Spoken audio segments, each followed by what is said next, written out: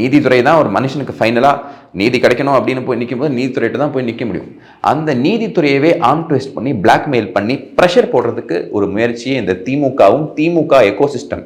என்ன சார் எக்கோசிஸ்டம்னு பார்த்தீங்கன்னா திமுக அடிவருடிகள். இந்த திமுக போடுற எலும்பு துண்டுறது பார்த்தீங்களா, அதுக்கு எப்பெல்லாம் திமுகனால பேச முடியாதோ அப்போ குறைக்கிறதுக்கு வால்னு குறைக்கிறதுக்கு ஒரு எக்கோசிஸ்டம் இருக்கும். இவங்கெல்லாம் சேர்ந்து இப்போ நீதித்துறையை அப்படியே கண்ட்ரோலில் எடுக்கிறதுக்கு உண்டான முயற்சியை பண்ணிக்கிட்டு இருக்காங்க. ஏன் பண்ணுறாங்க, என்ன விஷயம், இதற்கு முன்னாடி என்னெல்லாம் நடந்துட்டு இருக்கு? உங்களுக்கு சில சந்தேகங்கள் இருக்கலாம். ஏப்பா, ஒரு அட்வொகேட்டு ஒரு கம்ப்ளைண்ட் கொடுக்குறாரு, அது அவரோட உரிமை தானே.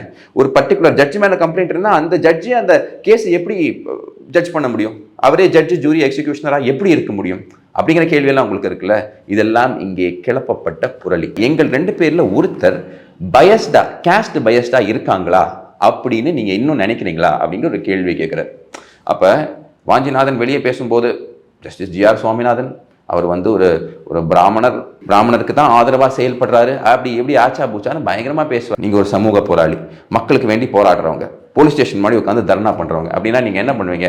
ஆமாயா, நீ பண்ணது இப்படி தான், நீ இப்படி தான் பண்ணுற அப்படின்னு சொல்கிற தைரியமும் திராணியும் இருக்கும்.